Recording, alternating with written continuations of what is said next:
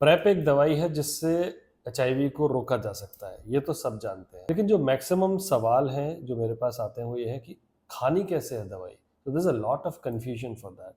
सो prep के दो form होते हैं, या तो आप डेली प्रेप ले सकते हैं, रोज खा सकते हैं, या ऑन डिमांड प्रेप ले सकते हैं।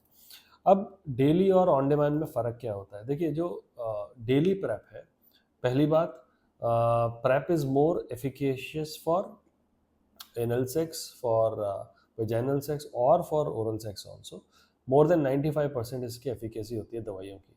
और जो इंजेक्शन के थ्रू जो एच होता है उसमें एफिकेसी कम हो जाती है। So that is somewhere around 75%। Please remember that.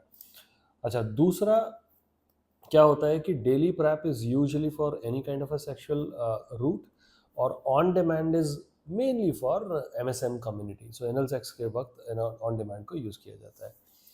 शुरुआत कैसे की जाती है?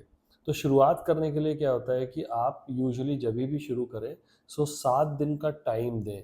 7 दिन के बाद ही उसकी मैक्सिमम एफिकेसी होती है। स्टॉप कब करें?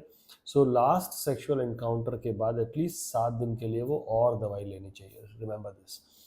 And then comes on demand. So on demand में यूजुअली क्या होता है कि आप सेक्सुअल एक्सपोजर से 2 से 24 घंटे के पहले आप गोली ले सकते हैं, फिर उसके नेक्स्ट डे, फिर next day, and then you can continue also. On demand can also become daily prep.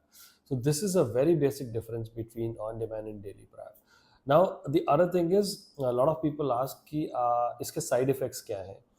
तो साइड इफ़ेक्ट्स से बचना है अगर, तो आपको ध्यान रखना चाहिए कि कुछ बेसिक टेस्ट है, बेसलाइन टेस्ट है जो हम करते हैं, जिससे हमें ये पता चलता है कि कोई साइड इफ़ेक्ट है या नहीं।